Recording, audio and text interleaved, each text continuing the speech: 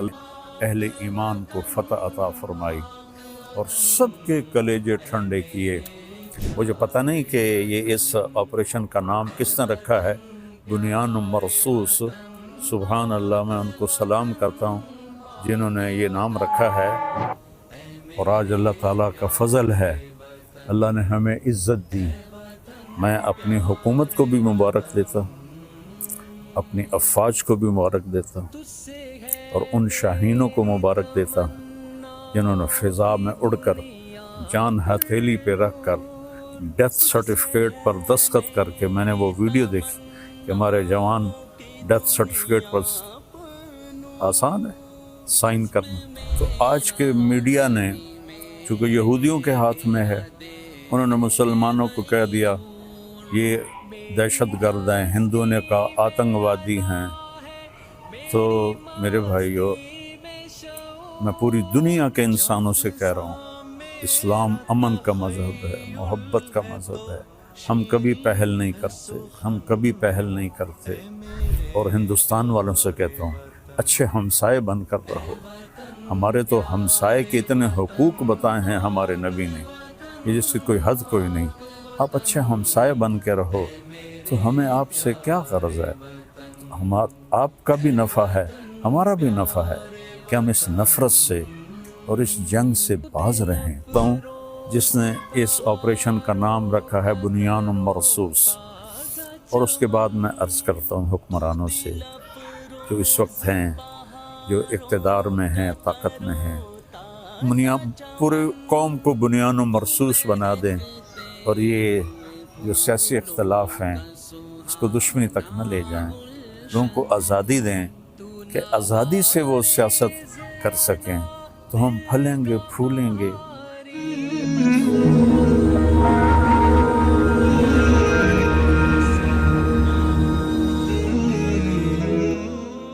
السلام علیکم ورحمۃ اللہ وبرکاتہ۔ بسم اللہ الرحمن الرحیم، والصلاة والسلام علی رسولہ الکریم وعلی آلہ واصحابہ اجمعین، اما بعد، فاعوذ باللہ من الشیطان الرجیم، بسم اللہ الرحمن الرحیم، ان ینصرکم اللہ فلا غالب لکم، وقال النبی صلی اللہ تعالی علیہ وسلم، یا ایھا الناس لا تتمنوا لقاء العدو فاذا لقیتم فاثبتوا۔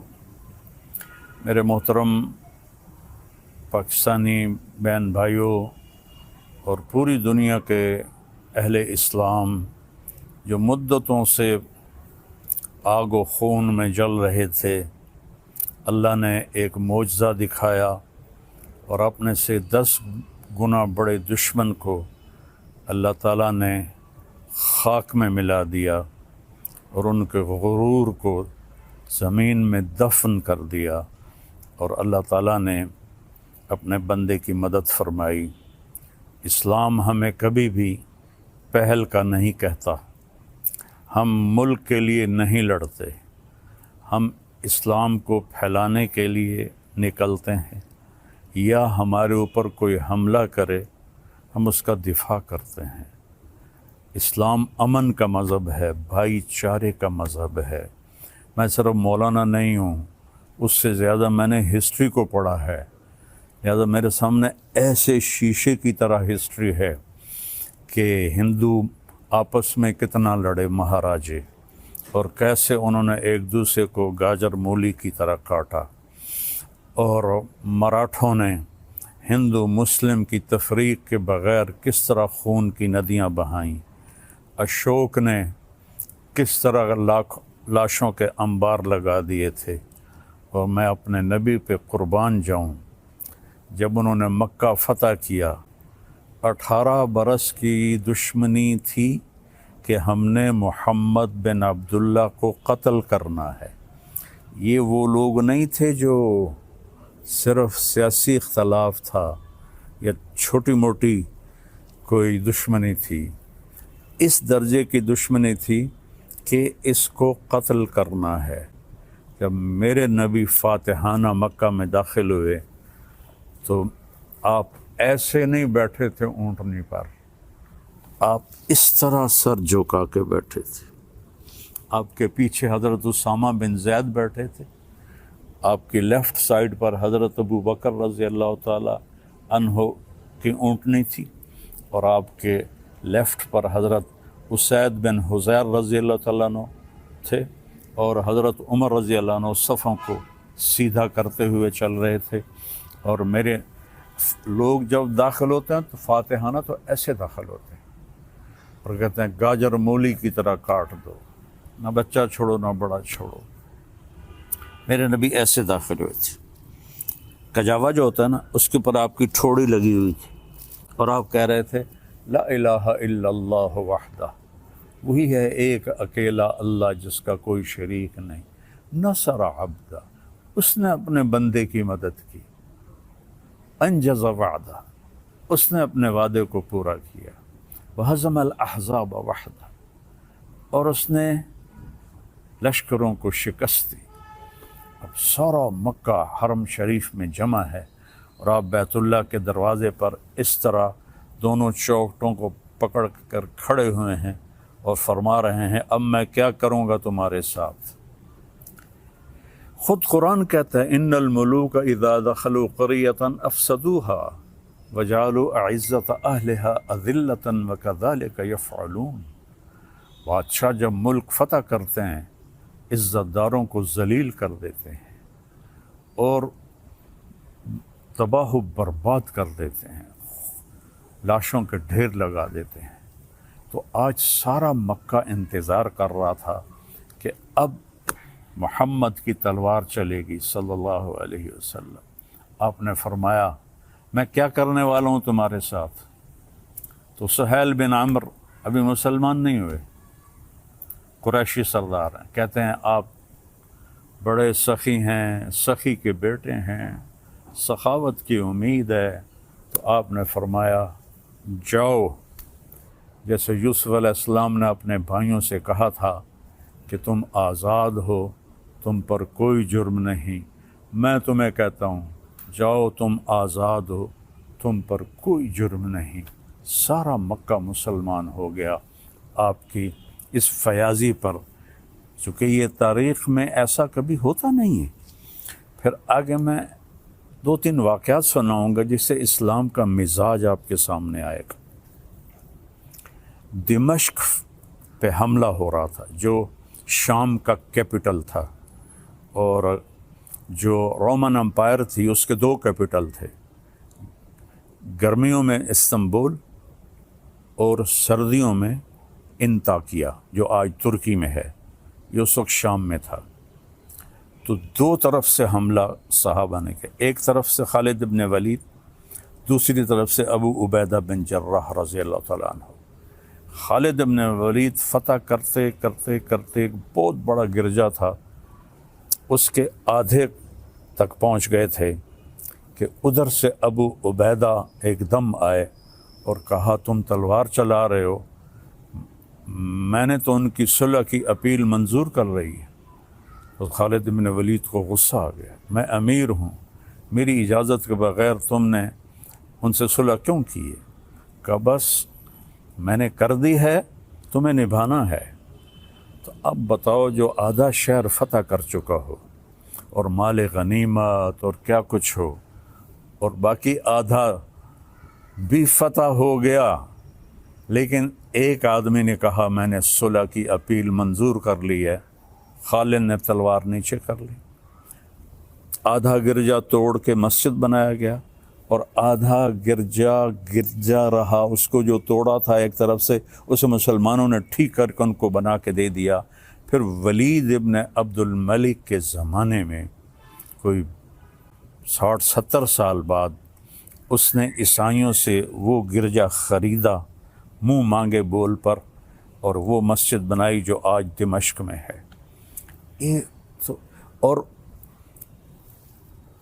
جو قیدی پکڑے گئے اس میں پتہ چلا کہ رومن امپائر کے بادشاہ کی بیٹی بھی قید ہے، چونکہ اس کا جو خامن تھا وہ دمشق کا گورنر تھا، اس کا نام تھا توما۔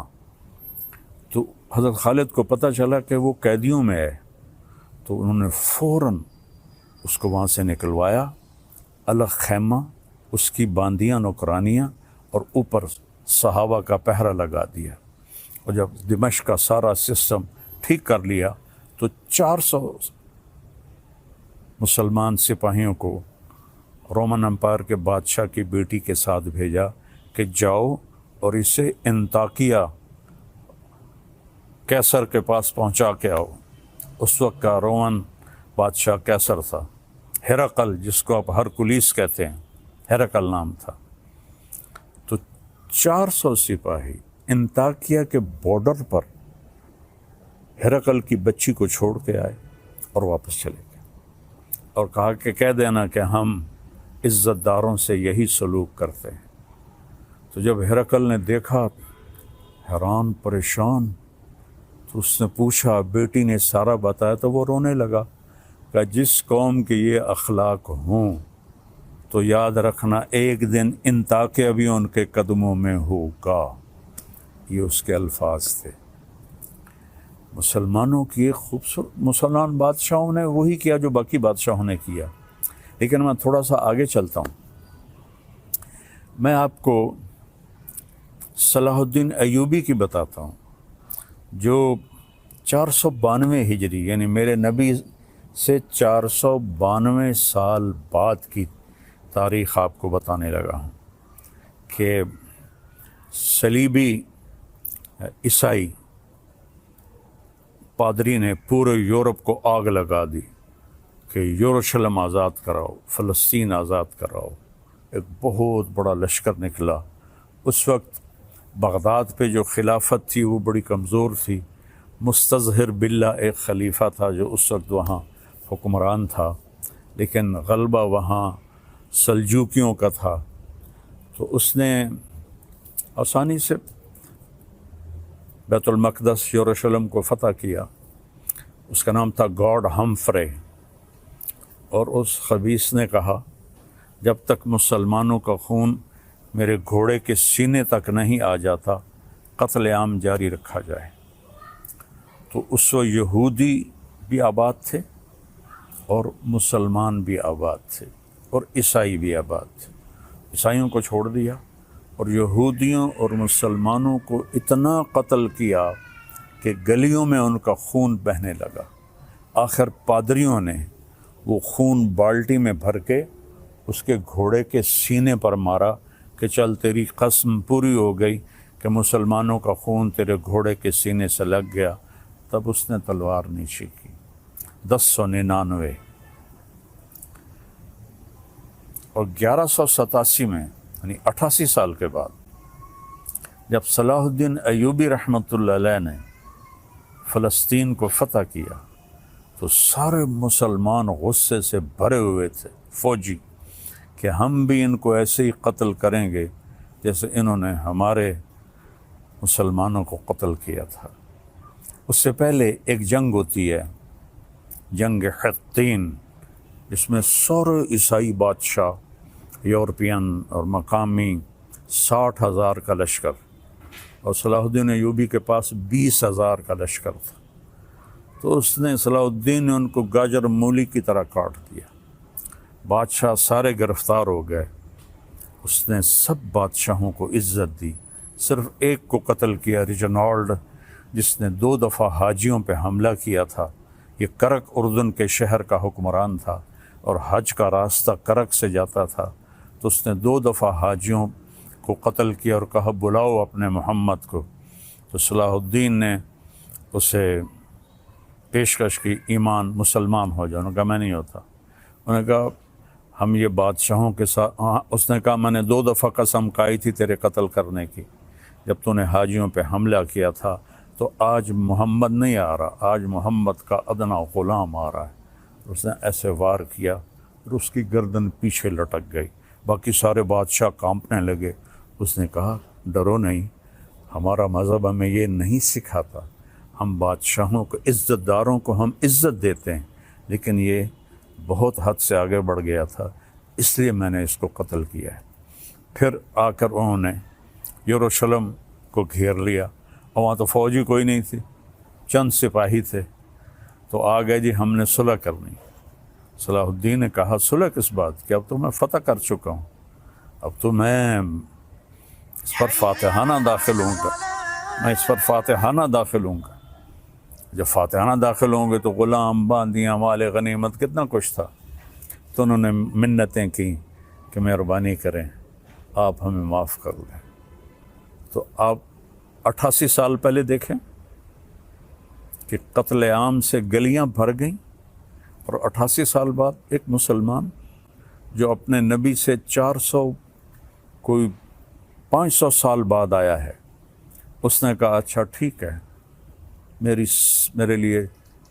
طرف سے سب کو اجازت ہے، جو جانا چاہتے ہیں اور جتنا سامان لے جانا چاہتے ہیں وہ بھی لے جائیں، اور فدیہ، تھوڑا سا فدیہ رکھا۔ تو جو مالدار تھے وہ اس کا ہرجانہ اور وہ جرمانہ دیتے ہوئے نکلتے گئے، پیچھے غریب عیسائی رہ گئے، ان کا ہرجانہ صلاح الدین نے اپنی جیب سے دیا، اور کچھ باقیوں نے کہا جی ہم رہنا چاہتے ہیں، کہا بسم اللہ رہو۔ نہ کسی گرجے کو نقصان پہنچایا، نہ کسی عیسائی پر تلوار اٹھائی۔ یہ میرا اسلام ہے، یہ میرے نبی کا بتایا ہوا دین ہے جو ایک اللہ کی دعوت دیتا ہے۔ تاریخ تو بہت لمبی ہے، میں نے 3 واقعے بتا دیے، ایک اپنے نبی کا، ایک صحابہ کا، اور ایک 500 سال کے بعد ایک بادشاہ کا۔ اور اس کے بعد میں سارے اہل پاکستان کو مبارک دیتا ہوں، سارے بہن بھائیوں کو مبارک دیتا ہوں، وہ مسلم ہیں، عیسائی ہیں، ہندو ہیں، سکھ ہیں، جو بھی ہیں، سب کو مبارکباد دیتا ہوں کہ آج عرصوں کے بعد اللہ نے اہل ایمان کو فتح عطا فرمائی اور سب کے کلیجے ٹھنڈے کیے۔ یہ ہمیں دہشت گرد کہتے ہیں، دہشت گرد تو کم بخت یہ ہیں۔ آپ کو پتہ ہے جب دوسری جنگ عظیم ہوئی ہے تو کون تھا شروع کرنے والا؟ ہٹلر 1940 میں۔ 1945 میں کم بخت نے خودکشی کی۔ کتنے لوگ مرے؟ 8 کروڑ 8 کروڑ لوگ مرے دوسری جنگ عظیم میں۔ پہلی جنگ عظیم 1914 میں شروع ہوئی، 2 کروڑ لوگ مرے، اس وقت آبادی تھوڑی تھی۔ تو سب سے بڑے دہشت گرد تو یہ ہیں، 8 کروڑ عیسائی آپس میں ٹکرائے۔ اتنا قتل عام تو کسی مسلمان نے نہیں کیا۔ مسلمانوں میں بھی ظالم آئے، میں ان کی کبھی وکالت نہیں کروں گا۔ تیمور لنگ بدبخت بہت ظالم تھا، اس نے 33 ملک فتح کیے۔ تو آج کے میڈیا نے، چونکہ یہودیوں کے ہاتھ میں ہے، انہوں نے مسلمانوں کو کہہ دیا یہ دہشت گرد ہیں، ہندوؤں نے کہا آتنکوادی ہیں۔ تو میرے بھائیو، میں پوری دنیا کے انسانوں سے کہہ رہا ہوں، اسلام امن کا مذہب ہے، محبت کا مذہب ہے۔ ہم کبھی پہل نہیں کرتے۔ ہٹلر مسلمان نہیں تھا، عیسائی تھا، اور اس نے 8 کروڑ، اور مسولینی اٹلی والا 8 کروڑ انسانوں کے قتل کا وہ ذریعہ بنے۔ اور لینن اور سٹالن، انہوں نے سوشلزم کو زبردستی نافذ کرنے کے لیے 2 کروڑ انسانوں کا قتل کیا۔ ابھی تاریخ موجود ہے، پڑھ لیں آپ لوگ۔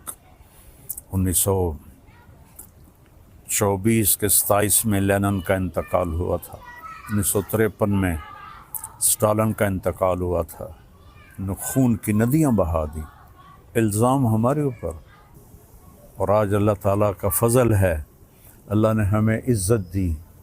میں اپنی حکومت کو بھی مبارک دیتا ہوں، اپنی افواج کو بھی مبارک دیتا ہوں، اور ان شاہینوں کو مبارک دیتا ہوں جنہوں نے فضا میں اڑ کر، جان ہتھیلی پہ رکھ کر، ڈیتھ سرٹیفکیٹ پر دستخط کر کے، میں نے وہ ویڈیو دیکھی کہ ہمارے جوان ڈیتھ سرٹیفکیٹ پر، آسان ہے سائن کرنا، اور ہمارا ایک جہاز تھا، ان کے 10 جہاز تھے، ان کا ہر نشانہ خطا گیا، ہمارے سارے نشانے صحیح لگے۔ یہ ہے نصر من اللہ و فتح قریب۔ تو میری افواج پاکستان، ان کے سربراہان، ان کے سپاہی سے لے کر اور رینجرز سے لے کر تمام کو یہ میرے ہاتھ اٹھے ہوئے ہیں، اللہ آپ کو سلامت رکھے اور اللہ اس ملک کو سلامت رکھے اور اس میں امن قائم ہو، اس میں مذہبی اختلاف ختم ہو، یہ علماء سے کہہ رہا ہوں۔ سیاسی اختلاف ختم ہو، یہ سیاسی جماعتوں سے اختلاف تو رہے گا، دشمنی نہ ہو، دشمنی نہ ہو، ایک ہو کے رہیں۔ اور ہندوستان والوں سے کہتا ہوں اچھے ہمسائے بن کر رہو۔ ہمارے تو ہمسائے کے اتنے حقوق بتائے ہیں ہمارے نبی نے کہ جس کی کوئی حد کوئی نہیں۔ آپ اچھے ہمسائے بن کے رہو تو ہمیں آپ سے کیا غرض ہے؟ آپ کا بھی نفع ہے، ہمارا بھی نفع ہے کہ ہم اس نفرت سے اور اس جنگ سے باز رہیں۔ اللہ کی قسم، مسلمان کسی سے نفرت نہیں کرتا، سب سے اس کے دل، سب کے لیے اس کے دل میں ہمدردی ہوتی ہے۔ یہ نفرت سے توبہ کریں۔ کوئی مذہب، آپ اپنی کتابیں پڑھیں، کہیں آپ کو کوئی نفرت کا بول نظر آئے، آپ اپنی وید پڑھیں، کہیں آپ کو نفرت کا بول نظر آئے، بائبل پڑھیں، کہیں آپ کو نفرت کا بول نظر آئے، تو میری سب سے گزارش ہے کہ امن سے رہیں، صلح سے رہیں۔ حکمرانوں سے اپیل ہے کہ یہ جو ایک سیاسی انتشار ہے اس کو اللہ کے واسطے ختم فرما دیں تاکہ ہم ایسے ہو کے رہیں۔ جو میں پہلے تو اس کو سلام کرتا ہوں جس نے اس آپریشن کا نام رکھا ہے بنیان مرصوص، اور اس کے بعد میں عرض کرتا ہوں حکمرانوں سے جو اس وقت ہیں، جو اقتدار میں ہیں، طاقت میں ہیں، پورے قوم کو بنیان مرصوص بنا دیں اور یہ جو سیاسی اختلاف ہیں اس کو دشمنی تک نہ لے جائیں۔ لوگوں کو آزادی دیں کہ آزادی سے وہ سیاست کر سکیں، تو ہم پھلیں گے، پھولیں گے، اور آخر تو ایک دن چلے جانا ہے۔ اللہ راضی ہوگا تو اللہ ہمیں موجیں کرا دے گا۔ اگر کوئی ظالم بن کے مر گیا تو پھر چاہے وہ مسلمان ہے اور چاہے وہ تہجد گزار ہے۔ حجاج بن یوسف روزانہ 10 سپارے تہجد میں پڑھتا تھا، 10 سپارے، اور وہ ایسا خبیث تھا کہ اس نے 1.25 لاکھ مسلمان اپنے سامنے کھڑے ہو کے قتل کروا تھے۔ اور عمر بن عبدالعزیز نے اس کو دیکھا کہ وہ جہنم کی آگ میں، اور عبد الملک بن مروان جس نے اس کو بنایا تھا گورنر عراق کا، دونوں کی آنتیں باہر نکلی ہوئی ہیں اور گدھے کی طرح اس کے گرد وہ چکر لگا رہے ہیں۔ اللہ ظلم معاف نہیں کرتا ہے۔ اس لیے بادشاہوں سے کہتا ہوں اور اپنی افواج سے کہتا ہوں، اپنی عوام سے کہتا ہوں، علماء سے کہتا ہوں، اگر آپ ممبر پر بیٹھ کر میرے نبی کے دین کو ٹکڑے کر رہے ہیں تو آپ بھی بہت بڑے ظالم ہیں، ظالم ہیں، ظالم ہیں۔ دیوبندیت کو مٹا دو، بریلویت کو مٹا دو، شیعت کو مٹا دو، سلفیت کو مٹا دو۔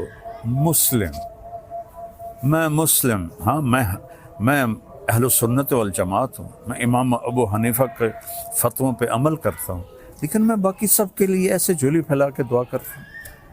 تو یہ میرا آخری پیغام ہے کہ ہم اور نہیں تو سارے ایک دفعہ قومی ترانہ پڑھ لیں اور اسے یاد کر لیں اور اس کا مطلب دیکھ لیں۔